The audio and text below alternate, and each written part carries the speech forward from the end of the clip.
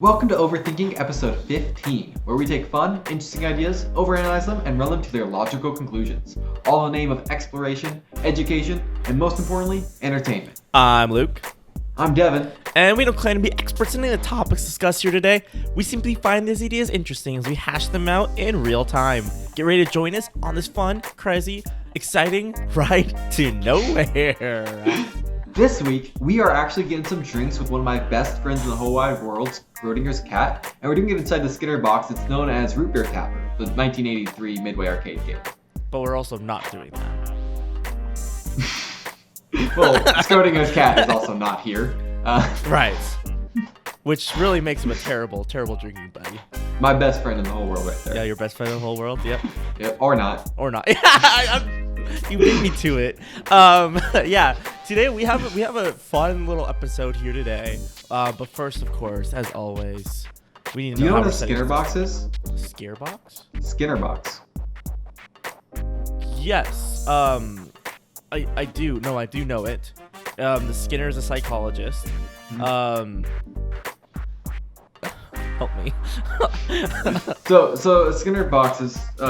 He would put rats in a box, and he would. Right. It was basically very similar to like Pavlov's dogs, where he was Right. just training animals to do things. But he had ones where if a rat pressed the button, the pellet of food would drop out. Yeah. He had ones where if they pressed a different button, it would shock them. Right. And he just did all sorts of things that were this kind of concept of like Yeah.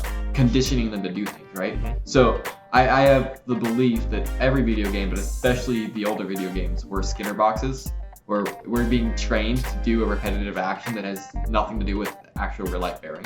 Yeah. That's So funny. we're inside the Skinner box of Root Beer Capper. Oh. You only commented on Schrodinger's cat, so I was just curious. if you Oh, missed that. oh! I was wondering where that came from. I didn't even.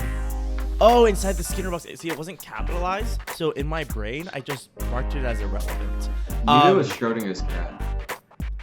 But Midway was, because that's the important stuff. That's the important part. Honestly, I started thinking of Schrodinger's cat, and then I kind of ignored the rest of the things except Yeah. for root beer, because I also like root beer. Nice. The funny thing is, that in a similar vein, one of my favorite things that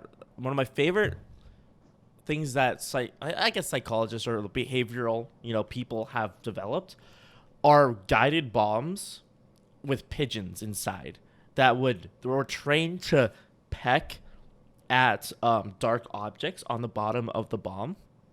And so they drop them over ships and would peck at the ship, and then that would send electrical signals to the bomb to orient it towards the ship. It was never used in Poor combat. pigeons. Yeah, I mean, who cares about pigeons? It was never used in combat as far as I know. But that's just one of my favorite things ever. I'm like, that's the most ridiculous thing. Like, that was the thing that I think is probably either in World War II or right after World War II, somewhere around that era, as far as I know, because that's when the weirdest experiments happen. But anyway, Devin, what are you drinking? I am actually drinking Gatorade. Oh, that Gatorade? No, okay, whoa, no. You're not drinking just Gatorade. You're drinking Gatorade in a glass with ice with a straw. This is true. Yes, all these things are true. And the ice is like really interesting ice if you really want to get into it, because it's like shaped like shells. Here. What? Who? Oh, little top hat ice. Yeah. Oh, I We have love a Top Hat we have a new ice. ice maker, an ice machine maker. It's sitting on I've the never counter. seen somebody drink Gatorade like that, I wanted it cold. and I respect that. I'm just telling a fact that I've never seen anyone drink Gatorade. What are you drinking? I am drinking a substance that people have fought over, that people have killed for, and that in my secrets Water. uncovered, a man not only faked his own death, but then disguised himself as a mentally challenged person in order to preserve this multi-million-dollar liquid. Water. It's water. Thank you, Devin, for ruining my narrative, which I spent a lot of time constructing. That's my job. No but. And by a lot of time, I mean like out before this podcast, I'm like, I'm drinking water. Ooh, I have an idea. Which does actually relate to my secrets uncovered. Which, All right. Speaking of which, let's warm up our brains, Devin. You ready? We need to, okay. If you're new here, we have this thing. We talk about stuff, but our brains are warm are not warm. They're cold. Little stupid little brains. They're not elastic. They're just rocks in our brains. It's like you warm up before an exercise. Exactly. Same Yeah. thing. Our muscles are just weak right now. Okay. And I speak for Devin mostly because I'm the one talking. His brain needs really to be warmed up. Which is why he's not talking as much as me. And so let's go in to the deep basement, past the little attic, inside the secret passageway, into the mysterious chest, and let's unlock our secrets uncovered.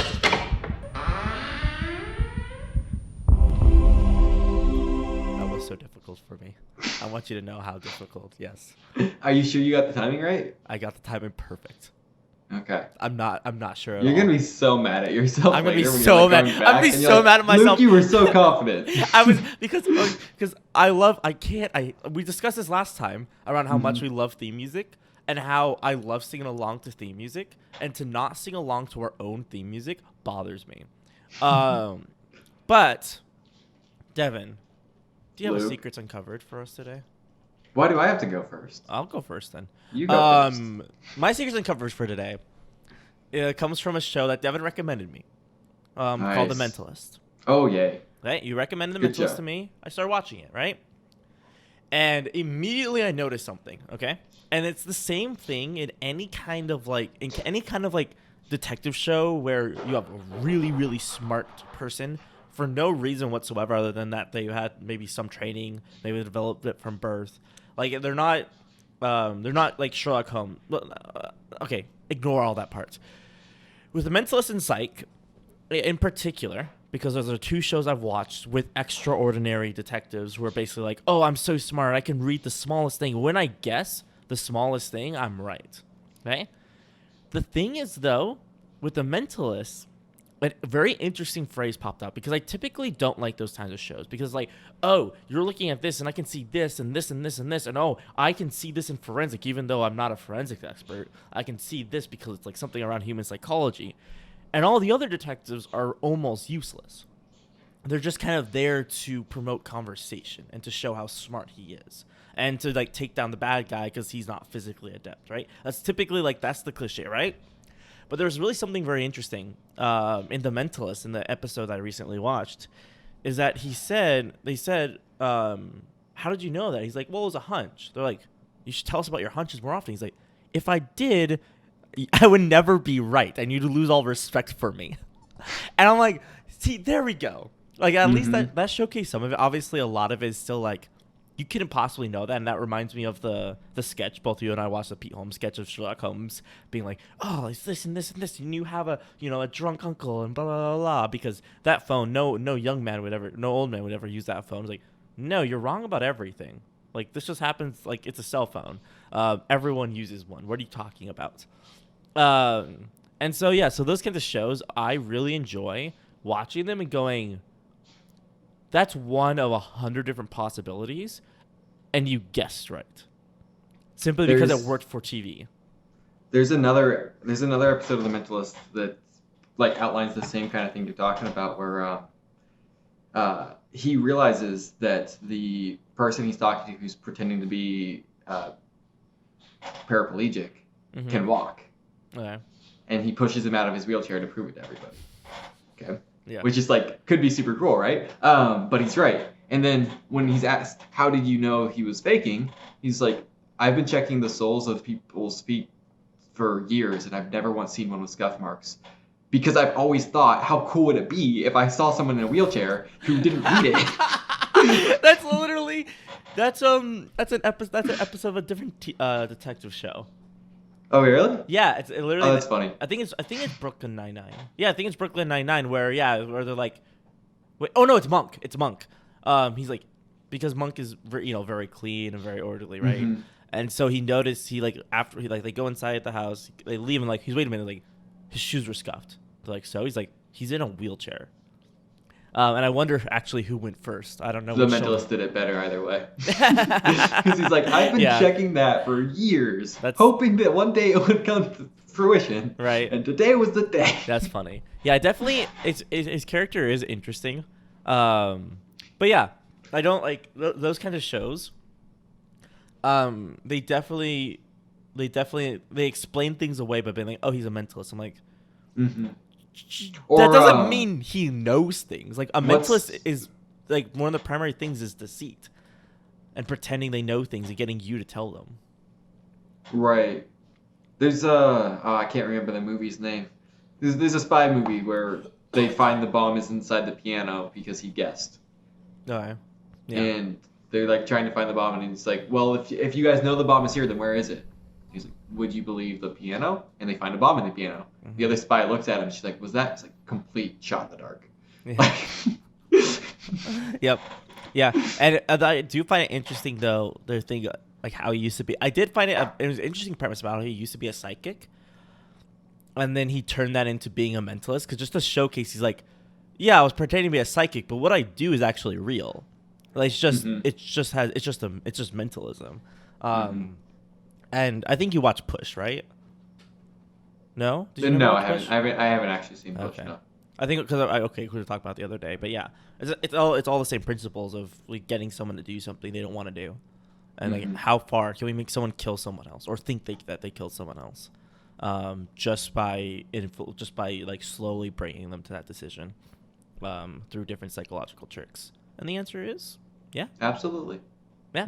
You can make someone, you can get someone who's just an ordinary, decent person to kill somebody in a matter of a couple hours. I think it was an hour. I think it was like less than that. Just by getting them in a pattern of you need to do this, and escalating that. It's fascinating. It's absolutely fascinating. I love that. I don't even know. It's not in the documentary. I don't even know what you call that kind of thing. But anyway, did you have a secret uncovered or? Yeah, I do. Oh, you do? Okay, I thought you were do. just okay. No, I'm just You're just no-butting you because that's my job. I just got an image and see this is the problem. I think of too many images that would create way too much time for me to actually create, but I want it to be real. Just make 'em all. Of you just like being a bull and I'm like the bull rider or whatever, and you're just boom, just headbutting me. I'm like, hey, we're supposed to be playing a game. Like, nope. I'm gonna just launch you. Well, into I the mean, crowd. in that image, like the Matador does kill the bull, so Oh really? yeah. Oh. Well, Yeah. it is prophecy then. Mm. No. You want to go ahead? Yeah. I make these kind of connections frequently. I mean, anybody who's followed me or like learned from me to any extent knows that I make the connections between our physical body and our mind constantly. Mm-hmm. And it's just the more I learn, the more I realize how apt of a comparison it actually is. But this was an interesting one that I learned this past week. Is when you're talking about the idea of like memories, like especially like somewhat painful memories, the kind of memories that we wished we didn't have. Mm-hmm. There's the type of there's fundamentally two views that people are likely to take on any of those memories, whether it was something that I did wrong or something that like someone died or like a relationship ended. Mm-hmm. The reality is the bad memory comes initially because that didn't happen the way we thought it should have. That's why it becomes a bad memory. Okay. That's why we become emotionally attached to it. But then there's two types of ways of thinking about those events. There's the people who, generally speaking, look at the event as like this happened to me, and then there's the people who, generally speaking, look at that event as this happened for me, right? Okay. And the people who look at it as this happened for me, that kind of mythos, are the kind of people that, when they talk about these hard, painful events in their life, they're the kind of events where they would be like, I wouldn't wish this on anybody, but Yeah. don't take it from me, kind of a notion. Yeah. Like it helped shape me. Yeah. Right? It was an important event. And then the other thought is of like, this happened to me. That's the victim's mentality. That's bringing people to this place of like despair, and it leads to depression. And it's not the only thing that leads to depression. I'm not asserting that, but it's something that leads to depression. And we dwell on these past events, right? And it's interesting making the comparison between these events as far as like, how do you get from the clearly unhealthy option to the healthy option? Because most people have events that we treat healthily and events that we don't treat healthily, right? Most people aren't just so altruistic that we are just like, I think of everything the right way always, Yeah. right? Most people are a mix. So how do you get from one to the other? And I realized, or not I realized, but I learned that this is another example where our brain does exactly the same thing that our physical body does. If you go to a gym and you try to exercise and work out, and if the goal is to like grow muscle mass, Mm-hmm. the way we do that is by creating micro tears in our muscles. Yeah. We destroy the muscle, and we force our body to repair it. And our body recognizes that strain was something that the muscle was not apt to handle, so it repairs it stronger. Yeah. Right? This is the same exact thing our experiences do to us. Right? So when we have an event that didn't go the way that we thought it was supposed to go, then we draw into this place of potential despair. But the healthier outlook is when you think in that mind of this happened for me, right? And you actually just tell yourself, I might not know how or why, but this happened for me. This is to my benefit. This might not be a good experience, but it's a good thing to have experienced. Then we actually get to use those situations to make us as people do the same thing we're doing for our muscles. It makes us more apt to handle more things as life moves forward, right? Because the one thing that we know with some bit of certainty is that at some point in your life moving forward, something's not going to go the way you want it to. Yeah. Right? And when that happens, the more experience you have handling those situations, the more apt you'll be to handle that situation, regardless of what it is. Yeah. So it's kind of like almost oxymoronical that bad experiences are necessary so that we can handle bad experiences. Yeah. Right? Do you think that it's always better, though, to say this happened for me instead of to me? I mean, when you speak in absolutes, those are always dangerous. I would say well, okay, only the Sith still in absolutes. Well, did you even hear me? No, I didn't. Absolutes are always dangerous. You know, yeah.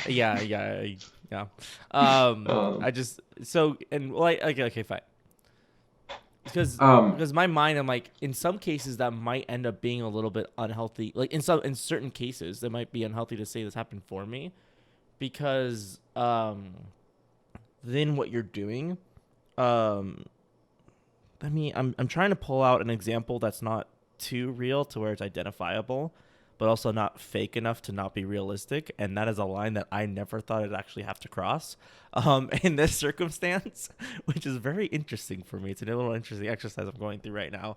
I can't think of anything in particular that I want to bring up. But yeah, I would say that it is interesting, though, that you would have to find an incredibly specific counterexample for me to even be willing to entertain the idea that it's valid. Yeah.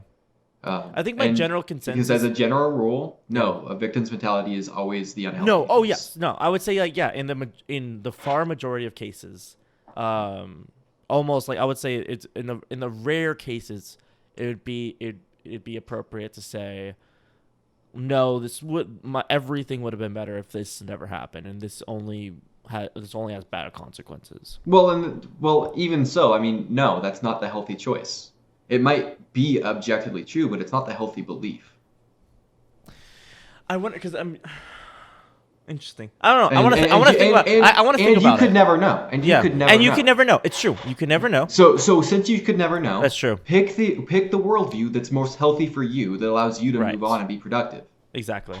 Since you don't know, don't pick the option that's more painful. That's here's what I want to say. Here, I was trying to formulate into words, is that I think eventually, at the end goal, is you want to say this happened for you. But if you get it to it that too quickly, then you don't deal with a lot of the stuff that you're currently going through. Say, oh no, this was for me. This is to help me improve. I think it's important to say, no, this happened to me, and then say, okay, let's accept that. You're fundamentally wrong.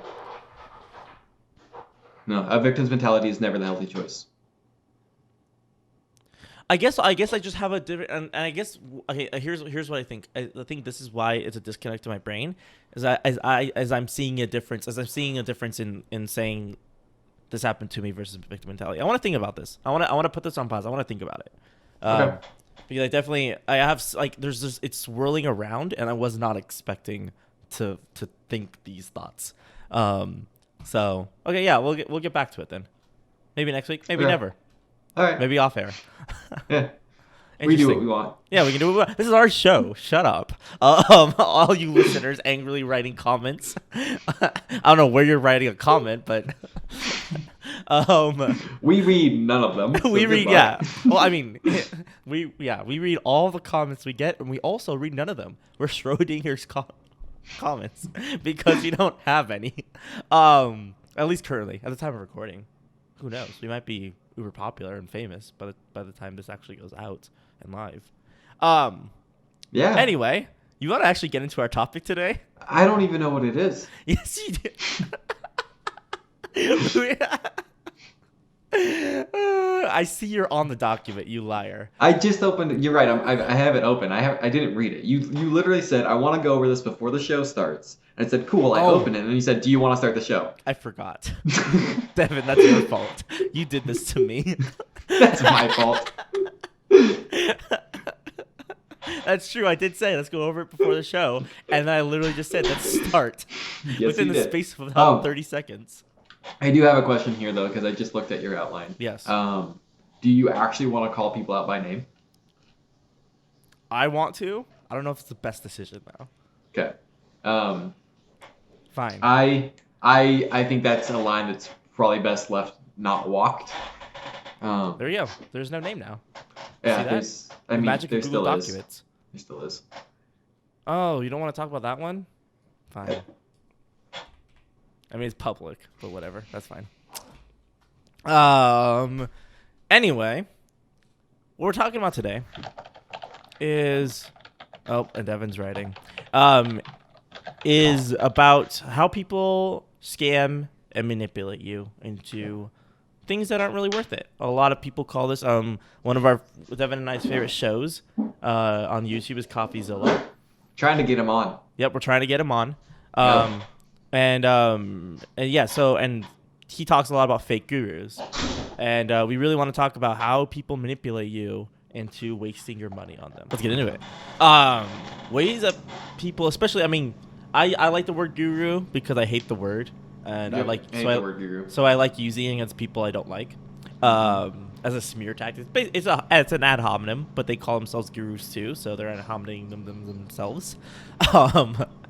And the first one, I think the first thing that we see the most often is income claims. I think that's the way that most people are scammed. Yep. And I mean it's really easy. It's really easy to get manipulated and tricked and scammed out of your money by someone who makes income claims while showing off their mansion and their cars. Yep. Like Yep. the flashy stuff that they have, and then they talk, and I mean, showing screenshots of their bank account and things like that. You're like, well, this person really does make this much money. You are absolutely right. They probably really do. Yeah. I mean, off actually, of teaching you. There's certain individuals, I won't name names, who just didn't make the money and just rented the Lamborghinis. Yep. But I mean, yeah, they are making a lot of money most of the time. Mm-hmm. Luke, I actually have a case study I want to talk to you about because it was just fascinating to me. But we'll probably do that off air. But or as an afterthought. But they are making a lot of money. And the one question that every guru has to answer, and none of them have a good answer for, is if you're making so much money doing this, why are you selling this course? Right. Why are you selling this program? Yeah. And the honest answer is because they know, even if they did make money in that industry, they know that you make way more money selling the shovel than digging for gold. Yep. That's the truth. That's a really good metaphor. Or allegory. I always get the ones that always get them mixed up. So that can be our can be our thumbnail. It's funny. I remember, and that's funny because like there's this kid's book that I read a while ago about this kid and his butler or whatever who go digging for gold in the gold rush of California. And like, water's more expensive than champagne, and like things like that, and like there's all these like price gouging that's going on. To whereas even if you dig up gold, you still net a negative just by being there, which is really funny to me and a little sad.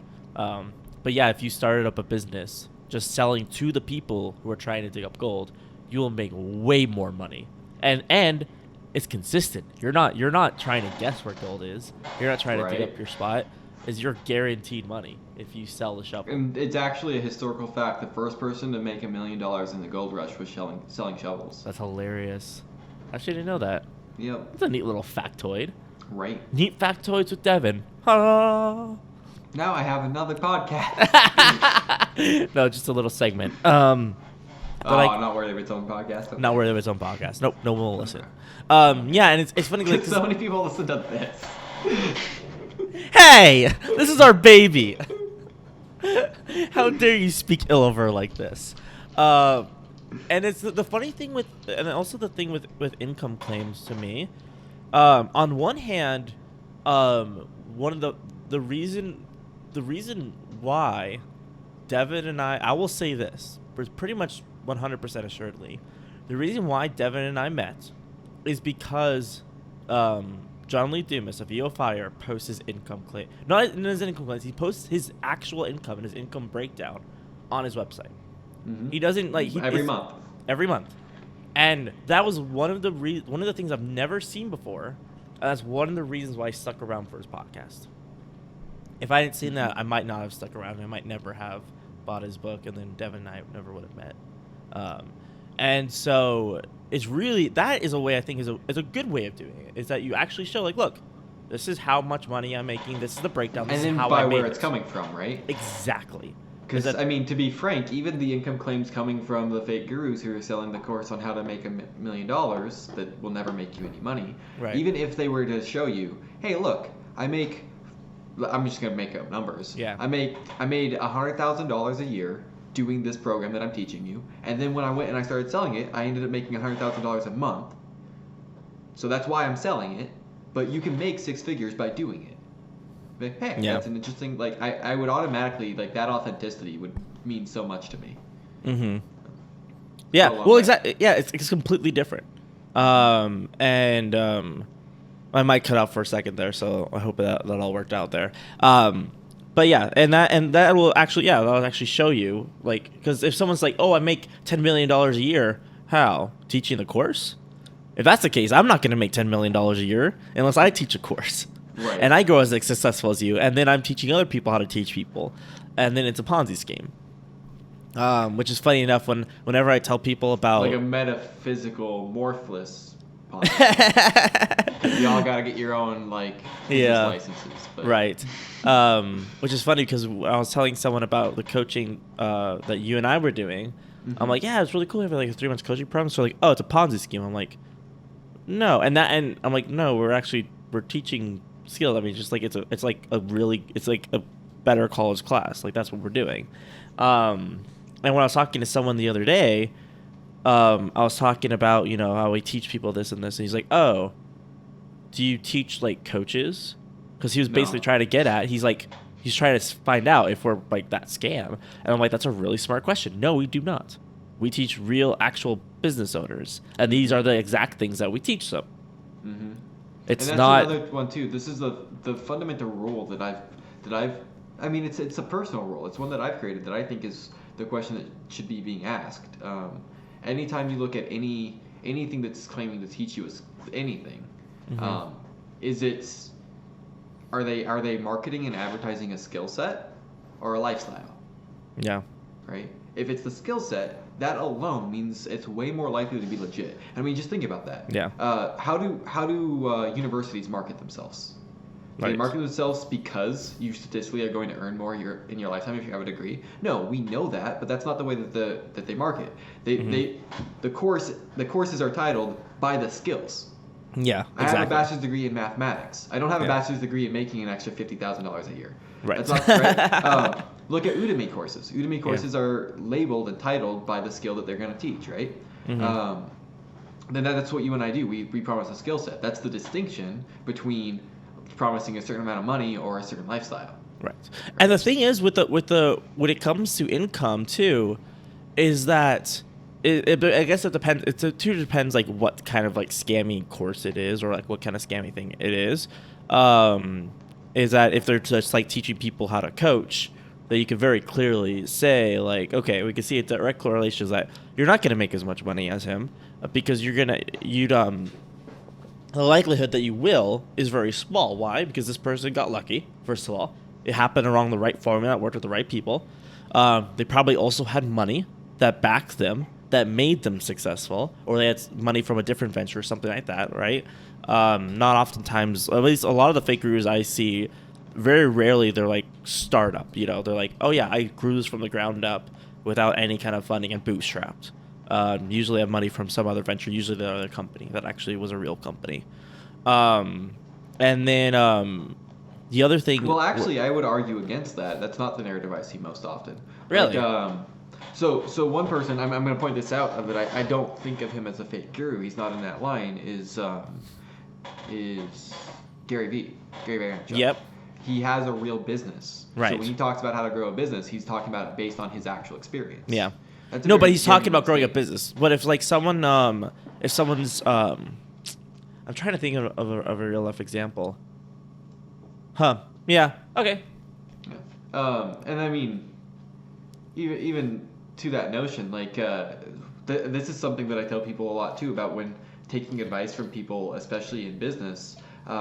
Be wary of people who've only been successful once. Yeah. Because they think, and rightly so, based on their Yeah. experience, they think they have all the answers. Yep. It's the people who've been successful multiple times who are going to tell you case by case, well, this is what I did, and this generally seems to work, and I don't know how I got lucky, but I know I got lucky. Yeah. Because there's no way you're successful without getting lucky. Right. Like, But it's harder to just get lucky. Like some people, like especially some YouTubers, they just for some reason, you know, some of you know I in know particular, yeah, you know one very well, who just for some reason just popped off, and you don't really know why. We're trying to analyze it. And we're like, we can't figure out why. It just happened. Mm-hmm. That is a lucky break.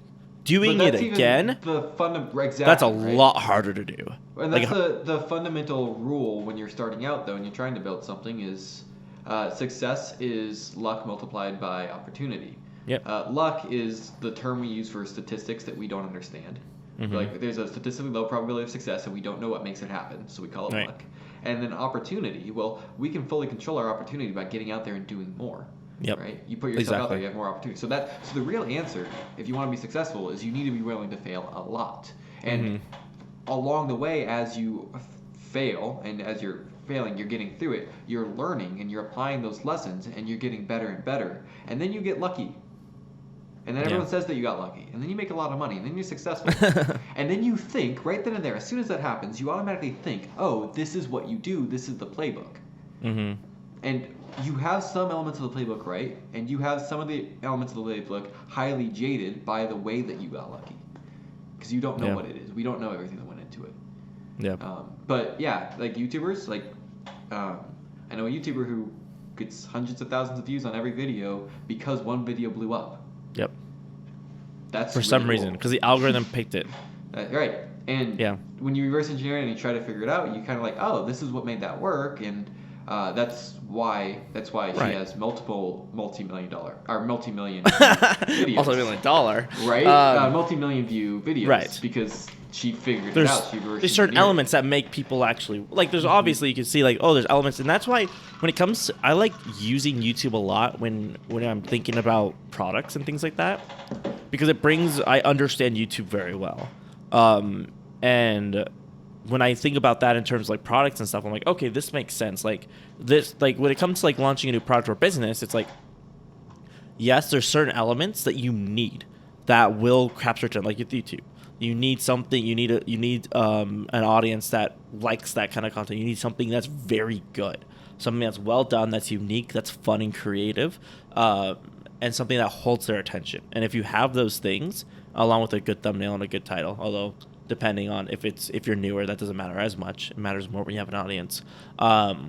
Then it will catch, right? And then there's the luck of the algorithm, but you can negate that luck by posting consistently and getting your videos out there through other mediums. And so when I think a business is the same thing like that, which you gotta live with a little income. But anyway, the next one is if they don't practice what they preach, if they're not doing the thing that they're teaching you to do. And we had a video. We're not doing any personal people, giving out any personal names or giving any personal examples of people. We don't have the legal team for that. True, we do not. That's why I don't want Yeah. to have to deal Yeah. with that. We're not prepared for that. We're not prepared. Yeah, I mean, and especially. Come back in a year, we might call him out by name. This industry is notorious for suing people for using their name. There's the one guy Cease and like desist orders. yeah, cease and desist orders. The one guy whose name may not be mentioned. If you mention him on YouTube, he'll say his name is copyrighted, even though it's a normal name. It's just a normal name. It's like, my name's copyrighted. It's like, no, it's not. You know why? It's because there's probably like 100,000 people with your exact same name. It's not that uncommon. I actually don't even remember what his name is, funny enough. But that's an example of like, well, that's why we're not in particular mentioning names. But there's a very semi-famous video, I would say, at least among our circles, of a certain guru asked to give sales advice. And Devin, he looks so uncomfortable. He's not my seafood. But giving sales advice, and he's like, okay, so the interviewer's like being friendly, like the interviewer's being a good interviewer. He's just talking with the guy, and he's like, okay, like, so how would you handle this objection, right? And he's just answering genuinely, and the guy can't answer. Like, he just can't answer. I'm like, he was like, no, but he's like, and then the interviewer's like, he's like, gets confused, like, that's not an answer to the objection though. And then he keeps on going. And it turns out that this guy who's supposedly teaching sales can't answer this objection. And it's very apparent. You're just like, maybe he had a bad day. Like, maybe he's a bad day. Maybe he's on something. Maybe he took, like, maybe he's taking something. But based on what else you can find is that you're like, oh, okay, no, I don't think he actually knows what he's selling. Is that he probably knows a lot of what he's selling, but this particular thing that he's selling doesn't. And that's a very interesting thing, is that you can find when I coach people, they'll have some kind of, I'll say, expertise. They have a small expertise, right? Especially when I'm coaching younger people. When I'm coaching older people, they have a very particular expertise that they've been doing for a while. And then you can get tempted by, well, I can actually make money in this way too. Oh, I can make money here. I can make money doing this. Like, I could get tempted to say, oh, I can make money teaching copywriting, even though I've never been paid to copyright. I've done some fabulous copywriting, but I'm not a professional by any means. And the idea of teaching a course on copywriting, I know I could do it in a BS way. And I know I could make my way through it and make it look good, but it wouldn't actually teach you anything skillfully. And if someone challenges me on things that I said to do, I would not be able to answer your question. So the general rule, don't take advice from people who don't practice what they preach, right? You can figure this out pretty quickly when you're looking at gurus who are promoting anything with I mean, in their free content they'll do it. They'll do it in their free webinars, they'll do it in their marketing, they'll do it in their videos. With the things that they're talking about that you can see that they're talking about for free, are they things that they actually do if you objectively look at what they're doing, if you look at their process? So my favorite example of this is if you see somebody on like a Facebook ad that literally, because I see these all the time because I study Facebook ads, where it literally says, we made X number of dollars with zero ad spend. Like those kind of, like how to make all that. And I'm like, okay, cool. So the fact that you're running a Facebook ad doesn't innately mean that you but it now means, because I saw this in a Facebook ad, I need to look into you and see what you're doing organically. Yeah. Right? Because if instead you had said, like, this is also another ad that I saw, was the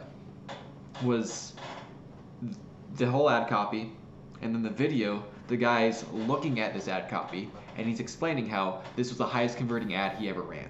And he's explaining how, and this was the ad, and I thought it was a brilliant ad. And it's like, all right, so this guy's got a whole course on how to run Facebook ads. Right. At the very least, we know, because we found him on a Facebook ad, that he runs Facebook ads. Yeah.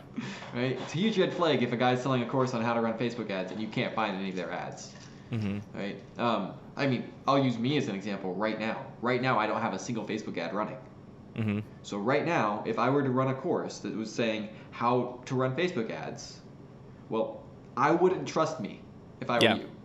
Because I'd look me up and I'd be like, oh, he's not running any ads on Facebook. And you could see that through Facebook ad library. Exactly. Probably shouldn't trust that guy.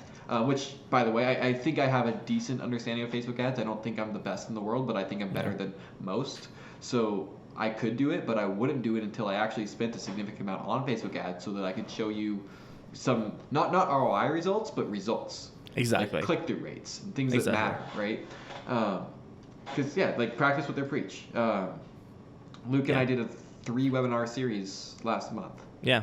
Where we went through how to do things organically. I mean, the first training that we did was all on things that I don't do. So Luke did it. Luke did the training. Yeah. And not only that I contributed was something that I do. Yeah. And he literally said, okay, well, let's stop talking about theory. Let's do it. And we built a graphic. And like, this is how quick it is. And we timed it. Say, look, so you can do social media content in 15 minutes a day. Then on the next training, it was something that Facebook Luke doesn't do, so I ran it. Exactly. Right. And we created a Facebook ad and we showed. And that's the other thing. We ran it, and we ran the ad. And we actually ran the ad. Yeah, it was on my account, so I got emails about my ad. I'm like, what ad is running? I'm like, oh, that's right. Really? That is so awesome. You didn't tell me that. I want to see that. Okay. Oh, it's just Facebook telling me my ad was running. Oh, just Facebook saying your ad. Yeah, no. Oh, no. Oh, no. I didn't get any emails from people saying they saw it. Unfortunately. I was gonna say that would be really interesting. No, I would have told you immediately. Are you kidding me? I would have sent that to you right away. But the other thing is we also did a cold outreach. We did a video about this copywriter who was trying to sell his copywriting skills to me. Yes. And it was painfully obvious that he got someone else to write the copy for him. And someone who didn't speak English very well, who was not a copywriter, and who probably he just told him, look, do this certain thing, like mimic this. Like mimic this copy that I wrote like last year. And it was painfully obvious. I'm like, why would I would never trust you. You know? If you that's a funny one because that's a test that you can use on marketing, sales, and copywriting. Yep. Okay. If you're gonna sell me on why I should outsource my sales calls to you. Yep. Sell me. And if you sell me, then I believe that you can do it. Yep. Exactly. Sell me on this. If you're gonna try to sell me on why I should use you as a copywriter, then do it through copy. Yeah. Write something. Right. It's in that case, it's really easy. Some of the other things are a little bit harder to actually see. That's the way I ran my lead gen business. Every single person I ever got on a call with, based on the exact system that I sold, was the system that got them on the call, and that was my sales pitch. Yeah. How do you know this works? You're on the phone. Right. Exactly. And do you want to buy from me? If you buy from me, then that's proof that it works. Right. And then it's funny too when you actually do that in a sales call where you're like, well, actually that's a great question because everything that I'm offering you is exactly what got you on the call right now. And if you decide to move forward, then we both have fair reason to believe that it works. And if you decide not to move forward, then you have good reason to believe it doesn't. Yeah. So it's up to you whether or not this system actually works. It's self-fulfilling. Yeah. So exactly. So that's probably one of the two big ones that we see all the time. I'm gonna dance around on your list a little bit though. So, are you? Because income claims. There's a very clever way that they do income claims. Oh, that's right. Yeah. Yep. So income claims can go one of two ways. It can go the way that we've already talked about, which is them saying, look at how much money I make, look at all my shiny objects, look at how you can do this too. Right. But the more clever way is doing it through testimonies. Right? Yep. And so testimonies are a great form of proof. They're a good thing to have. Like someone's not automatically untrustworthy because they have a video testimony. No, just the opposite. It's a good thing to have them. But if their video testimonies are people talking about how much money they made in this program, and those are the testimonies that they're choosing to showcase, that's a concern. Yep. And it's a red flag. It's not necessarily a terrible red flag, but it's a red flag if all their testimonies are people saying, hey, look, I made $10,000 in my first 2 weeks with this program. This is an amazing thing. Well, the good ones might have that in there, but they also have the actual skills they've learned. Right? It's like, hey, this cool XYZ course actually taught me how to run Facebook ads in a way that got me customers, and as a result, okay, that's a much better testimony. You can still talk about the income claim, but it's The reason that this is even worth noting though is because these fake gurus, they do something even more nefarious than just making lies about their income claims, because they'll do that frequently. Is just having false testimonies in the first place. Yep. Having fake testimonies. And it's and there's this particular person who's you can find on a lot of different gurus testimonial pages, for all of them. There's It turns out testimonials. Yeah. Like Yep. these people who get paid to make fake testimonies. Yep. And because I mean, how on earth are you There's a gonna find that they're website for fake? Yeah. Because it's so difficult. I mean, to find out they're fake, you have to scroll through every single top guru, find and then correlate all those images, because they use different names too. All those images of people with other, and some people have done it, which is why we know this to be a fact. Trying to get them on the show. and so this is, I mean, this stunned me. I'm like, I kind of knew, like, you always assume that people are doing this, but to have proof is just something else. You're just like, oh, they're actively lying to you. Mm-hmm. They made the conscious decision to lie to you. And that's just baffling to me. I'm like, because there's a lot of gurus, they rationalize what they do in a lot of different ways. They say, well, this actually works if you put the work in. Like, that's a common thing. Like, that's the way they rationalize it to themselves, is what I take from seeing how they talk about their products and why they're actually good. Or like, no, this is actually good, you just don't understand it. Or you're just blinded to how great this is. The greatest opportunity of our generation. Right? So they rationalize along the way, but you can't rationalize just hiring an actor to tell someone why your thing is great. Like, what's the rationale? Oh, the product's actually good. To convince people to get in, I need to lie. Then your product's not good if you need to lie to get people in. Well, the same people, though, they'd be like, no, I mean, yeah, I totally paid so-and-so to give me a testimony because, like, that's how they make money, and, it's worth it for their testimony.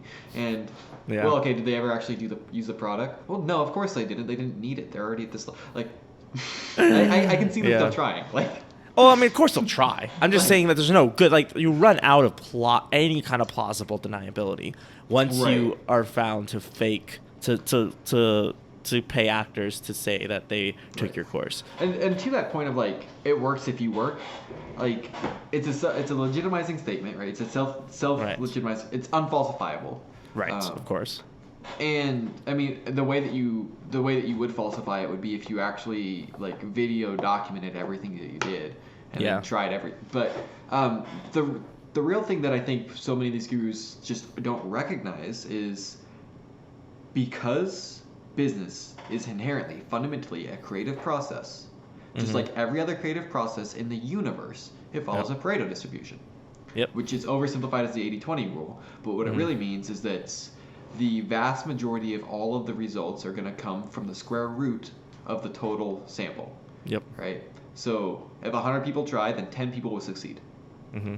If 1,000 people try, then what's the square root? Well, if 10,000 people try, then 100 people will succeed. There we go. If 10,000 people try, 100 people that's a little bit easier. Yeah, thank you. And so the real goal of any of these gurus, of any of these programs, if they understood what they're teaching, would be, and the reason that none of them will ever say this is because it doesn't sell well. Right. But would be, simply put, I want to beat the Pareto distribution. Yeah. I want my system to be better than this fundamental principle of physics. Yeah. Like, that's the goal. It's just, I can get so how do you know it works? Well, because I had 100 students and 13 of them succeeded, we beat the Pareto distribution. Yeah. That's insane. Yeah. Like, nobody does that. Right. Like, you should never expect to have more than 10 people succeed, and we had 13. That's phenomenal. Yeah. And it is. It just doesn't sound like it is. No. Well, exactly, because everyone believes that if they work hard enough that they'll succeed. I'm like, no. Not statistically true, right? Yeah. And that's actually a legitimizing rationale that America has to get slightly political. Right. It's I mean, every culture has a legitimizing rationale for why people are in the class that they're in.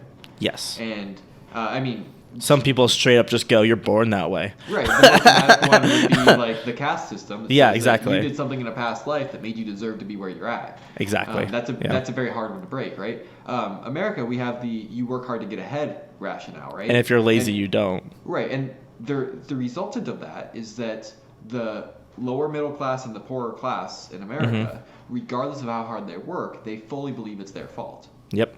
And there's some arguments to be made that in some elements it's your fault, and in way more elements, it's the fault of the system. Right. Like, exactly. So, I mean, because a lot of people, they work 3 jobs, but Right. all the jobs are minimum wage. Right. I earnestly believe that I know some people in the lowest classes in America who work harder than I will personally ever have to. Yep. Because there's systems in place, right? And the reality is, too, like, yeah, you work crazy hard, but the only thing that on a large scale is proven to increase your income almost guaranteed is if you go to university. And I'm not even going to recommend that for most people because I think university is actually a scam, but that's a different issue, right? Like, I went to university. Yep. So because of that, I am now statistically, in all likelihood, going to earn $1 million more in my lifetime than someone in the same exact life situation as me who didn't go. Right. And then people go, well, so-and-so, like Steve Jobs and Zuckerberg never finished college. I'm like... Isn't it great that we have those singular cases that like we get to use to defend our legitimizing rationale and assume that those singular cases work against the masses, even though we've already talked about the Pareto distribution? Right. Which is funny, right? Isn't that funny, though? I always found that argument... Because at first I fell into that, being like, when I realized I did not want to go to college, I'm like, well, they did it, so I don't have to. And then I realized that's what we call statistical outliers. Well, I mean, to be fair, Luke, Zuckerberg did go to college. He went to I mean, that's where he... Yeah. To be fair, Facebook probably wouldn't be as big if he didn't go to college. Yeah, he it wouldn't have been a thing. College to create Facebook. Yeah. Brilliant innovator. Right. I don't know about him personally, but brilliant. Out of all like really successful business people, he's probably the person I'd like to talk to most. Him or Elon Musk. Because the thing about Zuckerberg is that he's not gonna try to flashily try to sell you on how he did what he did, because he doesn't care. He's just like no.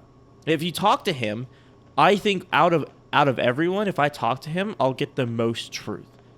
And he's probably also one who would be likely to just say, like in his whole story, if you just asked him, tell me the story of building Facebook. Yeah. He would probably be one who would have littered throughout that story. And we got lucky here for this reason. Right. And this worked out really well. And we could have failed here, but we got lucky that this happened. Exactly. He doesn't, because his whole, he doesn't, and that's what I appreciate about it. I mean, Facebook itself, I mean, business practices aside, and like data mining practices aside, I think he's one of the most interesting, uber successful business people, because he's not charismatic in the slightest. In the slightest. He's the opposite of charismatic. And when people think of programmer. Exactly. He's literally an engineer. And even Elon Musk, he's an engineer too, but he can put on a show. Like, he can talk. I think if I had to ask Elon Musk one question, this is what the one question would be. It would be, I guess, 1.5 questions. Do you actually have an Iron Man suit yet? And if not, why not? He's the one who I think should. I think he's the one who would try to make an Iron Man suit. And then Zuckerberg codes Jarvis, which he literally has in his house. He has an assistant called Jarvis in his house. Nice. Who has a voice of Morgan Freeman, I think. Nice. He coded it himself because he could. But yeah, that's why. So I don't even know where would we go from that. We're talking about false testimonies of people faking it and lying to you. Then we got it. So the next one is just a quick one. Just along the lines of don't worry, Devin, I have a story. Don't worry about that. Along the lines of faking things is that a lot of there's companies that will you can pretend to speak at places. You get them fake testimonies. There's schools. a website to get fake testimonies. Well, fake testimonies, but you can also... There's a company to get fake talks. Talks. Right. So they'll set it up, and they'll have a group of people in a room, and you'll look like you're speaking at some prestigious university. I learned about that from CoffeeZilla as well. Yeah, me too. Me too. You I'm not should have mentioning him on it for this episode. I mean, yeah. We can have more interesting things to talk about though with him. I already have a list of things I want to talk about with him. This would be his heyday though. Like he'd run through these.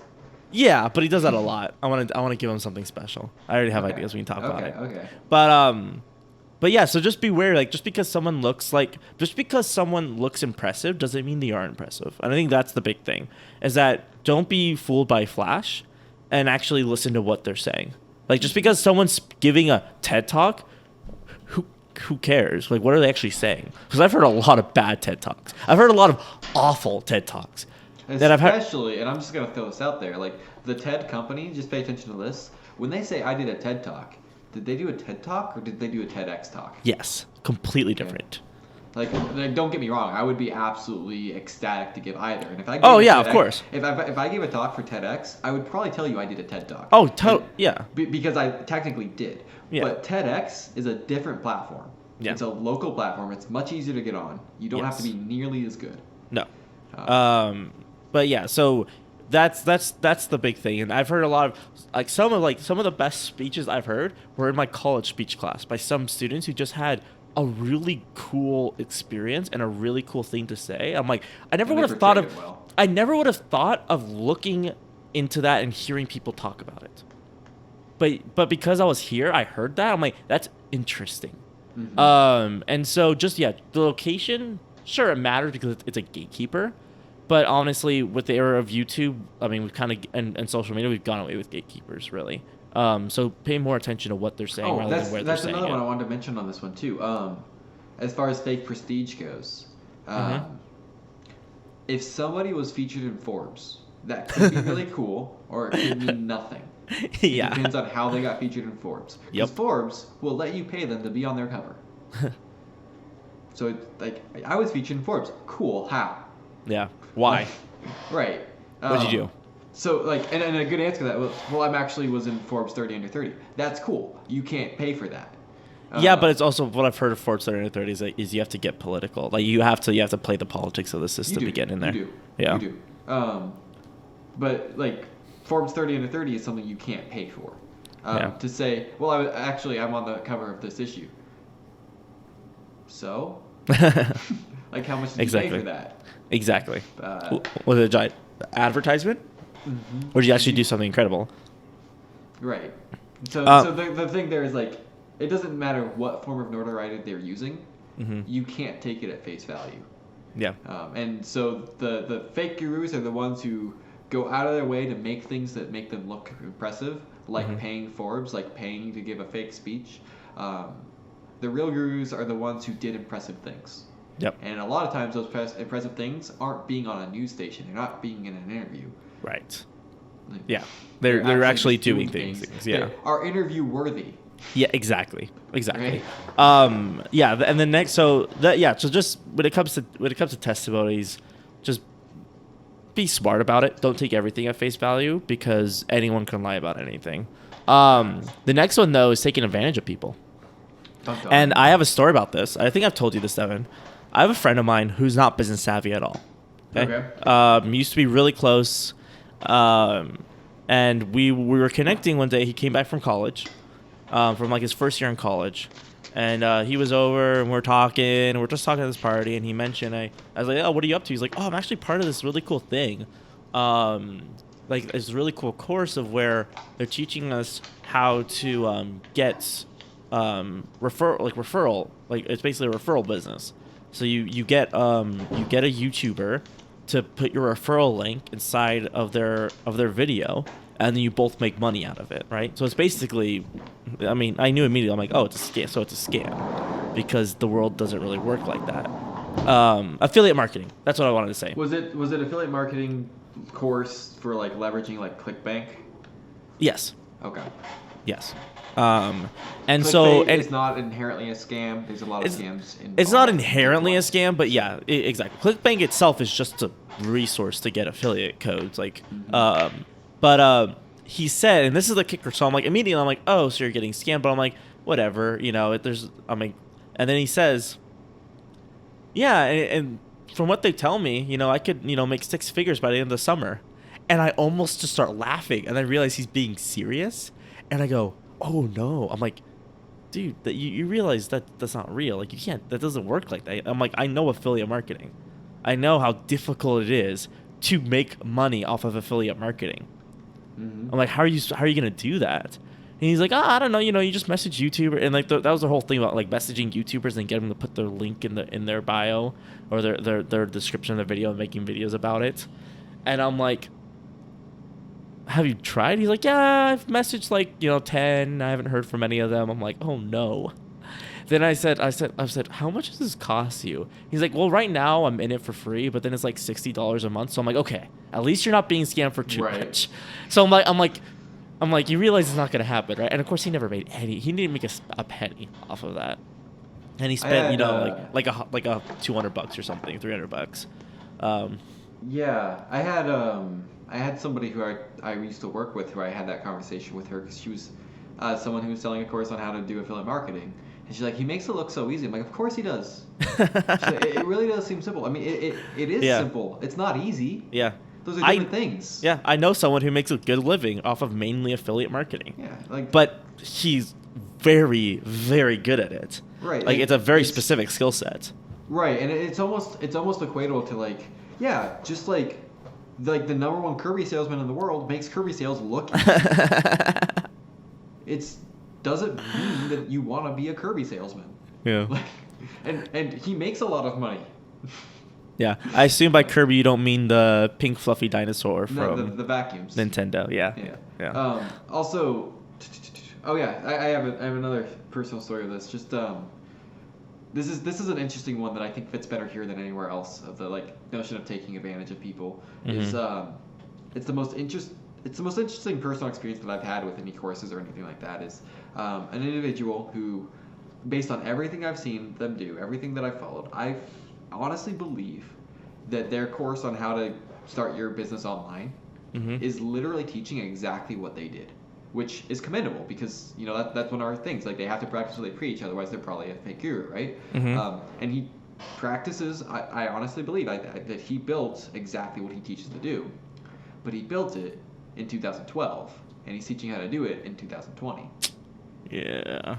And the climate has changed such that the content that he's teaching fundamentally wouldn't work for a startup anymore. And he's in a position now where if you were to tell him that, so for the example, if the advice is you build your business by guest blogging, okay? And if you were to tell him that bloggers actually are incredibly protective of their blogs right now, so they usually just reject guest blogs at any level. Right. Moreover, it's also, blogging is no longer the main form of content consumption. It's not even a major one anymore. So it's like the today version of guest blogging would probably be something more along the lines of do a podcast tour. Right. But or try to get featured on a YouTube channel. But if you were to tell him these things, the one thing that what I honestly think his response would be like, okay, well I'll get a guest blog on Forbes tomorrow. Or I'll get a guest blog with so-and-so tomorrow, and I'll show you how easy it is. Yes, because you have 400,000 subscribers. Right, exactly. Do it with an alias. Yeah. There's and also, okay, with that in vein, with that vein of thoughts, there's this, have you heard of this YouTuber, Mr. Beast? Yeah. He exploded into the scene. He has 30-something million subscribers, I think, by now, and he's been YouTubing for a while, but he recently changed up his style and he really blew up. He does the first one to take their hand off of a car wins the car. He gives $10,000 to random people, that kind of thing, right? And he seems to be, from what I've seen, he seems to be a really good guy. I've seen a lot of interviews with him. And he seems to be really smart about YouTube. He seems to be really thinking very hard about the legacy he's leaving. And he seems to be a really decent person, right? And he posted, and I forget if I follow him on Twitter or I saw this on Twitter. He's like, I firmly believe that if you do YouTube right, anybody can succeed on YouTube today. He said it's not too crowded. People who say it's too crowded are wrong. And he said, you know what? I'm going to prove you wrong. I'm going to start an alias. No one's going to know who I am. And I'm going to help a friend be the face of it, and they will succeed without a single endorsement from anybody who has a following. And I'm like, that's the way to do it. And then I'm still waiting. Like, eventually that's gonna that he's gonna showcase, like, hey, this is actually me. Like, this entire time, this is actually me, and I proved myself right. And so it's that kind of thing that's really interesting, without leveraging fame. If I can do it without leveraging fame, you can do it too. Sure, I have some prior knowledge, but knowledge is something you can learn. Right. Well, that's then that pitch, right? I mean, as far as I know, he's not trying to teach. He's not trying to teach anything. He's not trying to sell a course or anything like that. He doesn't do that. To me, that's the natural progression of that, though. Is like, right. I doubt he'd want to. Even if you don't sell the course, like, you don't just sell that for like the aha of saying that. Like, you give the resource that's going to help them be able to do it, right? Exactly. You just get to say, or you can do this too. Yeah. And I have all the content on my YouTube channel. I put it all into one. What are they called? A playlist. Yeah, I put it into a playlist for you. Yeah. Like, that's what you do. Yeah. So watch out. Yeah. So basically, watch out for people who take advantage of people who don't know better, of people who are basically just using their situation based on the same vein of lying about their situation, and being like, oh, see how easy it is? I can do it. It's like, well, you have a ton of resources and money and fame to your disposal. Right. Well, and the hard thing with that is the people who are most genuine, when they say that, like the individual I'm speaking of, I honestly believe he's being genuine, and this is a problem that he does not recognize. I don't think he's arguing it away. Interesting. I think he's like, no, it's easy to post. Look, watch me do it. Yeah. Well, curse of knowledge. That's where that comes in. Exactly. I just think that it's a misunderstanding of the current market because he's grown past where he's teaching, basically. Yeah. And then a small thing too, something that's really quick to just mention is that I wanted to get in there is false scarcity. Like, and the best way to see if something has false scarcity, if there's no reason for it to be scarce. For example, like if we're doing a live training, like our training, right? Like we have to cap it. Like our max, let's say, was 20 people. Why? We said 20 people, yeah. Why? Because we can't teach 20 people. We can't teach more than 20 people effectively. Like that's why it's scarce. It's not because it's not an automated thing. Is that we're personally going through. Right. I mean, if you want to have the actual real life back and forth, you actually want us to be responding to the comments. You want to have feedback. Right. Then we have to keep it pretty small. Exactly. If I'm just going through a slide deck, which we can do, and we might do not in the future. Worth as much. Yeah. Right. But we might do it in the future where we're just running through a slide deck and there is no interaction. Then what's our cap? Our cap's the software's cap. Exactly. Right? So and it's important to say that, yeah. Does Zoom let me have more than 400 people on a call? No. If so, then my max is still there. But I think Zoom actually caps at like 160 or something weird. As long as we're using Zoom, if I tell you that my cap is 160, that's because the technology is capped at 160. Right. And that's, exactly. And more importantly, that's going to be what the copy says. Mm-hmm. Zoom will only let us have 160 people on, so make sure you're on. Yep. I see that all the time, though, with like pre-recorded webinars saying they have a cap. And I know they don't actually have a cap. I know they're lying about it because it's pre-recorded. But I love that when I see like a pre-record, like, and obviously they pretend, especially the ones that pretend to be live. When I see a pre-recorded webinar where I'm like, they're like, oh, we're only letting in, get in now. There's only 7 seats left available. The funny thing is, if you look at the code for how many, and this is actually a thing. So if you're buying an item or trying to attend something, and they have a number of things that are available, Amazon doesn't really do this. I've never seen Amazon being shown to do this, but a lot of sites, if you look at the code, it says generate random number between like 1 and 10. And that's what the code says. So that's all it is. So it's not pulling from anything other than a random number generator, which is really funny. And they're basically... Another false scarcity is just having a countdown timer that refreshes every time you refresh the page. There's... Okay, I wanted to call people out, but I get that I guess that it's smart not to. But one of the sites I want to make this caveat to you. I just want to point this out. If you're thinking, why do people do this? Because it sells better. Yeah. Like everything they're doing, there's a psychology behind what makes you want to buy. Yeah. And everything they're doing, the reason they're doing it is not, they're not doing it just to inherently lie to you. They're just messing with you. They're doing it to sell you, and they're willing to lie to you if it sells you better. Yep. Right? Yeah. So all the things that we're talking about, they're doing it because it works better.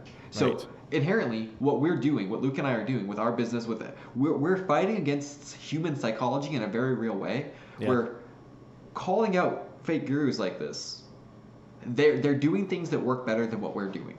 Yeah. They're selling more than we're selling. You make more they're money. They're gonna make more by money being than we're dishonest. gonna make in the short term. In the short term, believe yes. There's I believe it's gonna be catastrophic for them at some point. Mm-hmm. But that's why they do it. And Yeah. at being in marketing for the last 4 years of my life, there's the line gets so blurry, so blurry. It does. It's so hard to tell, and well, that's an point where you just have to like draw the line and be very, very content that if I ever have to question whether or not what I'm doing makes sense, it doesn't. Yeah. Well, and so here's the thing. It's funny you mentioned that. Last week, our episode that we filmed last week, I was literally going to go into the morality of like how blurring the lines of truth is at what is truthful and what is not, and what is immoral and what is not. And I think I'm going to do that next week because we had this plan for this week. But I really wanted to get into the morality of like, is this honest or is this honest? Okay, let's find that line, and where does it lie? And when do we start to feel uncomfortable? I've done that before. So with I have a video from the business I had when you and I met. Where I walked through like when is it okay to do something? The thought process that I had was, let's say that you're doing something that's inherently manipulative, and you know it's inherently manipulative. Mm-hmm. Okay. What circumstances justify that? Exactly. Right. And so I thought, okay, well, what if? Let's not claim something that's real life knowable. But what if you actually knew that what you were asking them to do was objectively what was best for them? Yeah. Then would it be fair for you to manipulate them into doing this? Yep. That's exactly what I was going to talk about. And the reality is, when you try to actually implement it, we don't know that. Mm-hmm. And it doesn't matter how confident or convicted you are, you fundamentally do not know what's best for somebody else. Yeah. Ever. And I guess there's probably extremely extreme examples where if you're hanging off the edge of a cliff and I'm trying to manipulate you into grabbing the rope. Yeah. Of course. That's probably objectively for your best, right? Yeah. But realistically, I don't know. And then there's also just the heart check value, right? Am I trying to get you to do this because it's what's best for you, or because it pays me $2,000? Right. Because that's the price. $1,997 is the price for every single one of these courses. Yep. It's the going rate for a course. Yep. Unless it's on Udemy, in which case the going rate is $9.99. But So watch out for the false scarcity. Watch out for that kind of manipulation tactic. That's why these because it does make them a lot of money in the short term. It's a long term, which then things start to show through, and whether they can last. And we don't know because a lot of this is new. When you see a new guru and you've never seen them in the industry, and you search them, and they've actually done a lot of things before that ended very poorly. Yep. This kind of stuff ends poorly. Yeah, but then they just start up something new. Right. And then they just do the same thing over and over again. The other thing is I really hate sales tactics that really put you down for not buying. And can I say the name of this, or no? I don't know your example of like. Okay, what? So this software, I'll just. So there's a software that I discovered because I was on a webinar. And I was on this webinar. I forget like what the even webinar was about, but there was to sell this software, and at the end they're like, okay, now you've heard this, and now come on, you guys need to watch this video, okay, right before the sale, right? So they start this video. And it's just like ex-Navy SEAL or whatever, so whoever they got to be an authority figure. I think he's like an ex-Navy SEAL or something like that, right? Be like, you're all idiots and you're stupid and you're the worst. Like, you do not want your business to succeed if you do not use. Then he calls out like some random, like of course, like it looks like it's like the amount of it looks so fake, and I'm like, this is supposed to be looking real. Like you over there, like how much did your company make from using this? And then they're like, can I tell you? I don't know. And then they're like whispering amongst themselves, like, okay, well, yeah, okay, we got approval. We can tell you $60,000 a day. And he's like, see, yeah. And I'm like, you realize it's all fake. Like this is So that's like interesting. That's like if you go to a live seminar, a free seminar from any guru for anything. Yeah. Like every one of the sharks off a Shark Tank has their own live seminar series that you can Yeah. go check out. I don't want to talk about the legitimacy of what they're teaching, just that they Right. don't have a live seminar. Just know that in almost all of these events, almost every time, when they want you to go to the back to pay for something, the Yep. first two people who get up are staged. yes. Almost always. And it's two, because one person is a leader, and that's a counterexample. Mm-hmm. Two people is a movement. Yep. The second person doing something triggers something in our brain that makes us think that we should be doing Yep. it. It only takes 10% of an audience to swing the entire audience. Well, to take radical action when it comes to riots. That's the example. Is Okay, that that's interesting. it takes 10% of say a protest, like a peaceful protest. It's 10% to start rioting, and statistically the rest will start rioting. Of course, there are a lot of different factors involved, but from the research I looked into that by some really interesting psychologists. That's super interesting and totally Right? related to what we're talking about. Right. Well, I mean, it's a little bit related, but yeah. So it's not that. And the thing is, I kind of use the software now, and it's not nothing. It doesn't reflect that at all. It's just that particular like way of advertising I hate. This company has revolutionized multiple industries in 4 years. They've gone from zero, with no capital funding, to $100 million in their first 3 years of business. $100 million annual run rate. Yep. Absolutely massive company. And their marketing strategies, the structure that they've done things, what's made them so successful, they are not, from any legal sense, anything closely relatable to a multi-level marketing company, but Right. they market like one. Yep. And they have revolutionized multiple industries. They've destroyed, like they have had a huge part in like the recent uproar in the fake guru industry, because they actually have a very strong marketing push saying that you are an expert right now. Yep. That's a huge part of their platform, is you Yep. are an expert in something. No, you're not, probably. Like statistically speaking, you're not. Yeah. I mean, the things that I teach how to do, I would not claim to be an expert in. Experts, so by the definitions of the terms, a master is someone who has 10,000 hours of experience in something. And an expert is somebody who a master would go to for help. So like if you've had 10,000 hours of experience and you don't know how to do something, you go to your expert. I've never heard that definition before. Oh. I always heard the expert as then within if I'm an expert in something, and this is more of a localized version, but I'm an expert in something if I know the most in the room.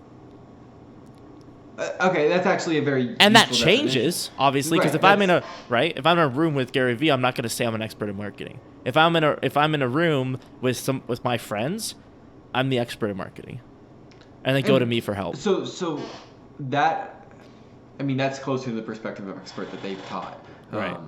But I mean, to me, knowing more than other people is what qualifies you to teach. True. Okay. Yeah. That doesn't And make you that's an probably what I mean. That's probably what I equate those two terms. Right. But I don't have 10,000 hours of experience in. Actually, the one thing that I've qualified that I have the most experience in, I have about 5,000 hours of experience in. So, and I'm 24 years old. I'm not a master at anything. Duh. Except being you. Right? Aww. Oh, fact, right? I guess I'm a master at breathing, but so are you. I mean, an expert is somebody who's better than 95% of the public. That's a definition that I've heard frequently. Me too. I've heard that as well. Right? This movement argues an expert is somebody who knows more than most people. They know more than most people in the room. You claim to be an expert if you read 3 books on a topic. Yeah. Because now you know more than most people in the room. Right. You haven't done anything. Yeah. Sure. And that's a huge part of the fake guru movement, is actually the software company's fault. Yeah. That they've, and I mean, not entirely, but they're just a huge part of it. Like, scam artists are going to show up anywhere where you can make money.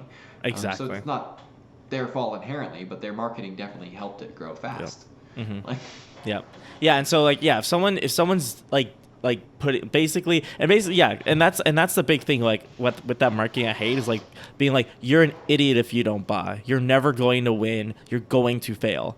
And I'm like, first of all, false dichotomy. There's two types of business owners in the room. There's the business owners who want to be successful, and there's business owners who won't buy my product. Exactly. It's literally a logical fallacy, but people buy it because it sounds good. People are like, you're right, like here's an expert, like an authority figure telling me this.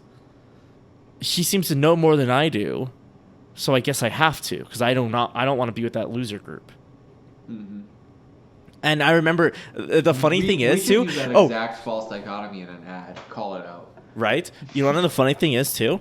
Me and my former business partner, one of my closest friends, we started our marketing firm, at a conference that was trying to teach marketing, and was doing it in the worst way I've ever seen it before. There was the fake guru up on top, and we just went to see Gary Vee. We went to see him because he was the head keynote. We didn't care about anyone else. We didn't even know what the conference was about. We just went to see him because at that time we were like super raving fans because we had known about him for a month. And then after 6 months, we were like, okay, I guess he's fine. I actually had a conversation with somebody Friday. Yeah. Because it's Sunday as of time of recording. I had a conversation with somebody Friday who asked me my thoughts on Gary Vee. And I told him that I don't follow Gary Vee. And he asked why not. My knee-jerk response that I then had to explain, because my knee-jerk response was unintentionally abrasive. Yep. And I know exactly what it is. I don't listen to Gary Vee. Why not? Well, I've been in business for more than a week. Yep. And so Gary Vee targets the entrepreneur space. Yep. The getting started, the almost getting started space. Yeah. And because that's what he targets, and that's all he talks to, if you are actually running a business, you've outgrown what he teaches. Not what he can teach, but what he does teach. Exactly. Because he has like the four I would absolutely love to pay $10,000 to get absolutely. Oh, easily worth it. I mean, you and I mean, I was going to do that with me and my friend. But he teaches for free. Yeah, no. I don't need that. I've started a business already. Right. And he does that very well. He tells people how to take action. He tells people to take action, and he does that very, very well. Right. But if you're already taking action, there's nothing for you there. But see, well, I forget what I even bring up. Gary Vee. I forget. I completely lost my train of thought. Marketers at this convention sucked at doing what. Oh yeah, right. Oh yeah, that's right. Yeah. So this, and now I know him as a fake guru, right? At the time, I was just like, who is this? Oh, he's the owner of whatever this conference is, right? And like looking back, he does all of the stuff that works on people, and the people who attended were the exact type of people who would listen to him. And funny enough, in the thing that convinced us to start a business is that over lunch we sat down with this couple and we taught them more about marketing than they learned the entire conference. Over lunch. Was it a one-day conference or? Yeah, it was a one-day conference. Oh, okay. Full day conference, right? Which was really funny to us. We're like, we just gave them actual practical information, and they took action at the table. And we're like, we could actually make a living off of this, couldn't we? But that's interesting. Actually, one of the people that I follow who honestly walks the line that we're talking about right now, like he walks it like a tightrope. Yeah. But one of the people who I followed for quite a while, I've seen on his webinar, or a webinar that he had, he had a selfie video from one of his live masterminds where he just showed that this guy had literally done, while he was teaching it, exactly what he taught him to do, and made a $10,000 sale. Nice. And I'm like, that is awesome. That's cool.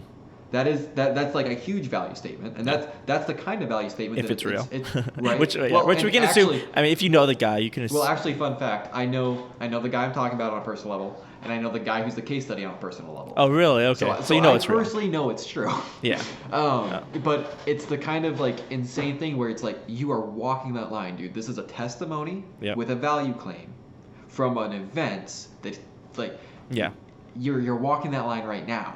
Yeah. And it's just, well, yeah, he is. And if everything else in his marketing is genuine, then he's not, because this is also genuine, right? Yeah. So these are all red flag indicators. None of them are like, this guy is a scammer because he's doing this. It's a red flag. They're indicators. And talking about people putting you down for not buying. This guy, not only does he give a 2-hour talk about nothing, then he gives another 2-hour talk about nothing. And in his second 2-hour talk about nothing, we're looking at each other like, is this guy serious? Like, he has like this graph of arrows and like arbitrary things about like what one point you are in the arrow, which means all of it means nothing, right? And the people around us are just listening and taking notes, and we're looking at each other like, this is garbage. We're like, we should start our own business. So we start writing out our business plan inside of the conference, right? While he's talking, right? And then he says something. He says, and all of you, you're not going to be successful. You know why? Because you watch the news. And we're like, what? And we look at each other like, what? And he looks at us. And he goes, yeah, some of you are upset by the truth. And we're like, what are you talking about? We're like, personally, if we run a marketing firm, we have to watch the news around the platforms because they're updating. We need to know how to market on them. Like, the news is a vital part of our business. No. Tracking what's going on with marketing platforms is completely separate from watching the news. No, but that was the vein of what he was talking about. He was talking. I'm paraphrasing the whole thing, just for the sake. But that was basically the connotation of the whole thing. Was like you need to stop paying attention to the outside world. You need to focus like on yourself. I'm like, and he's like, that's why. He's like, that's why some of you will never be successful. Is because you can't stop paying attention to the outside world. I'm like, that's kind of important for like. Especially for teaching marketing, you need to know what trends are going on, and need to know like what not to do in the current climates. And so we're like, what, right? And then so we're like, whatever, right? And so that's what like he looks at us, right? He's like, some of you hate the truth, right? We're like, whatever. And then we start making our marketing plan. This lady behind us goes, can you guys please be quiet? Some of us are actually trying to listen. And we both like start laughing, and we're like, fine. And we leave. We go outside. We drop an actual business plan for an actual business. We're like, cool. This is all the details. We secure the domain. We go back inside. We watch Gary Vee. On our drive home, we set up our business, and we started making money like in a couple weeks. And it was just fun. Like the whole situation still makes us laugh. We're just like I want to look up that guy to see what he's doing now, because now that his physical business is out. But he did the whole thing of like. You'll tell me who he is, right? Oh yeah, of course. Okay. Yeah. I doubt you know him. All you audience guys, you don't get to know. No. Because we do not want to be sued. Because he definitely has the ego to sue everybody who talks bad about him. But anyway, let's end this with my favorite thing that I wanted to mention. So we already mentioned like flashing wealth and like having cars and having stacks of money, all that kind of stuff. But the thing I find the most funny are the gurus who have a ton of girls in bikinis lounging around in the background of the videos, because you know first exactly who they're targeting. They're targeting young men, and anything they ever say, like, because I know, and I've seen some gurus like on interviews being like, I want to help everyone. I want to, and I was like, I want to, and I've heard some like being like, oh yeah, I want to help, women in business. I'm like, no, you don't. Because you know exactly who you're targeting. You're targeting young guys who don't know better, who don't think with their brains, and that's who you're targeting. And I just find that so painfully hilarious, because it's obvious, it's so transparent. But the fact is that if you see it as transparent, you're not in their target audience, so they couldn't care less what you think. And that's funny. It's just the other funny thing about that too is like, this hasn't changed.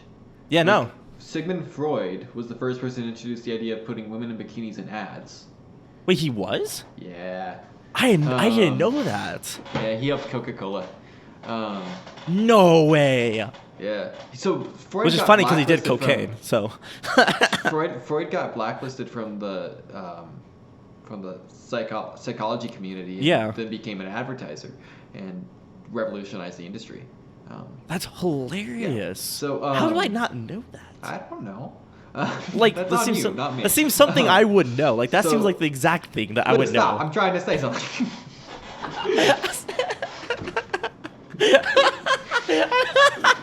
I was literally just being like, how long can I go without it? Okay, go ahead, Devin. You want to talk? But it's never changed since then. Every guru, like ever, has women in bikinis around them, especially in their ads, especially in their marketing, but also as much as they can get away with in their seminars and in their webinars, and not at all in their products, because it has nothing to do with the product. Right, exactly. But it's been around. I mean, infomercials from the like late 80s, early 90s are filled with them, right? Yeah. It's just a thing. Yep. And it's a thing because it will never not work. It's human psychology. It's preying on something that is a biological truth about how we work and how we process, and it will never not work. Well, it's equating attractiveness. That's what it is. It's saying you're tangential to attractiveness. Well, therefore, it's showing case that your thing is attractive too. It's also capturing our interest. That too. Because you're not going to get. It's hard to get someone to stop scrolling. Yep. But something that we are biologically disposed to stop scrolling for will make us stop scrolling. Yeah. You want to know something funny? Is that if you go to any YouTuber who's been around since probably like 2006, I would say 2006 to 2008, 2010, right in the early days of YouTube, almost every single one of their top videos will feature some kind of scantily clad woman in the thumbnail or something about something sexual in the thumbnail or title. Yeah. Almost always. Sometimes that's different just because there'll be trends. So you'll see a top YouTuber's thing being trends, or in some case even PewDiePie does it. He gets away with it though because it's someone else's video that I'm making fun of that has this thumbnail. So I'm not responsible. Yeah, you are. But yeah, it's just a thing, and it's funny. That if you're a woman who wants to go through the course, just know that they view you as an object to sell their thing. And that's how they see you. So don't get any thoughts about them actually caring about you. They care about using whoever they can to make their quick buck. So. And if you're a man going through the course, know that they think you're that easy to manipulate. Exactly, right? It's two sides of the same coin. It's they think you're dumb, and so that's how they get you. But anyway, I think that's a solid list. Quick rundown. Quick rundown. Who's doing fake income claims? Then they can do this personally, and they can do this by their testimonies. They could also potentially be using fake testimonies, which is something to just be weary of. Is that it's a thing. Right. People who don't practice what they preach.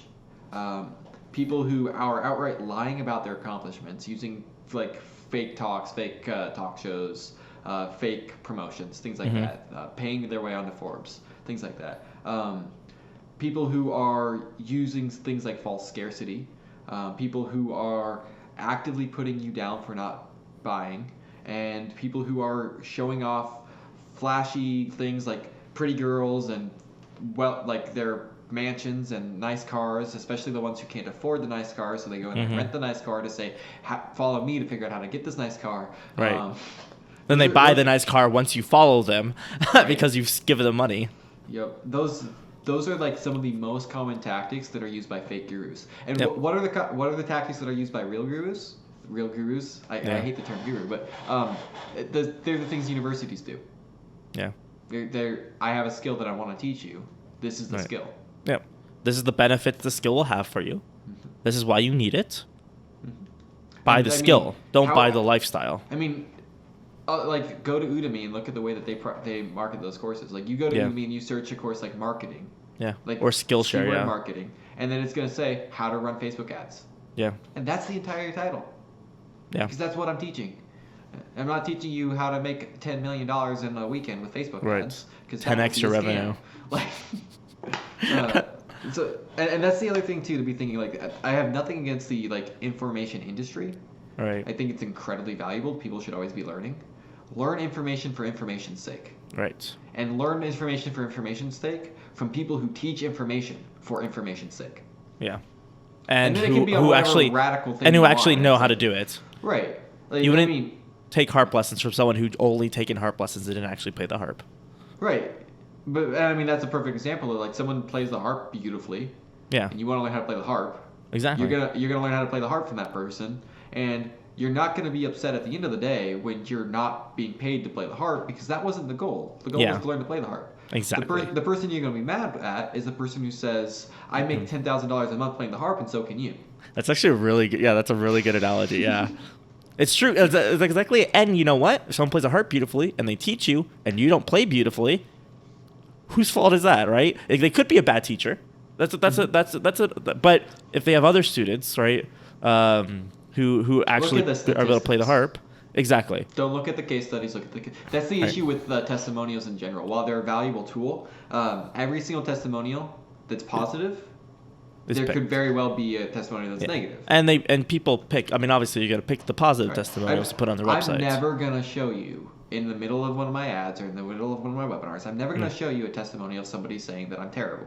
Right. Why would I do that? That's No. not my case. So you're getting a And they're biased probably view. wrong. Yeah. And what I might do is if I have 30 or 40 reviews and there's one negative one, I might call that one out with you. That's funny. Yeah, exactly. It showcased like, actually, here's what this person did, and this is why they didn't do the work, and now they're mad at me. Right. And actually, I'm a partner for a software company that does that on one of their products, where it's open. It's a Chrome extension. So in the Chrome library, like all their reviews, there's a ton of 5-star reviews and a ton of like 4-star reviews, and there's one negative review. And he commented on it, and he responded to the review, and he's like, "Interesting that you're the only person who had anything negative to say. Wonder why that is." Yep. I mean, you're always gonna get when it comes to like public cut like review, like you're just gonna get people just say negative things. Every YouTuber knows it doesn't matter what you do, 10% is gonna be a thumbs down. Yep. And every time you get something where that's not true, you've done something remarkable. Yep. If you get less than 10%, then you're really good, or you have a small audience most of the time. Mm-hmm. That's true too. Even me, like even with my audience, I get dislikes on my videos, which is weird because I don't get a lot of views, and so that's really funny, especially my biggest video that has, I think, does it have 10,000 views? I want to say, I forget what it's at. Honestly, I my don't care. girlfriend's biggest video is 2.7 million. Whatever. I can't dance. Good for her. There's a song with that. There's a country song, I Can't Dance. You should listen to it. Oh yeah, no, I know that song. Yeah. I can't dance, but I know. That's my brother's like one of his favorite songs. I like it. It's Yeah, sweet. Lee Bryce. He's good. And I think, does he do Drunk on a Plane too? That's also a good one. But anyway, Devin, have we overthought this? So overthought this. We've so overthought We've been this. going for like 3 And hours. we're an hour and 45 minutes. Same difference. I had some sushi in the middle of that. I'm probably put that as like a bonus clip on the video or on our YouTube channel. So check on me eating sushi, because I don't know why you would want to do that. If that I think gets that's viewed, the best outro we've ever had right there. Right there. you don't want to do plugs or anything. I mean, okay. I don't think it matters. I don't know if it matters. Yeah, I don't know if it matters. Probably next week I'll have some plugs for you. You know what we really should have done? We should have really hyped this up and made this entire hour and 40 minutes of us talking about how to pick out fake gurus. We should have tried to sell something at the end. That's what we should. If we would have been fake gurus, that's what we would have done. So, That's what we would have done. see you guys But next week.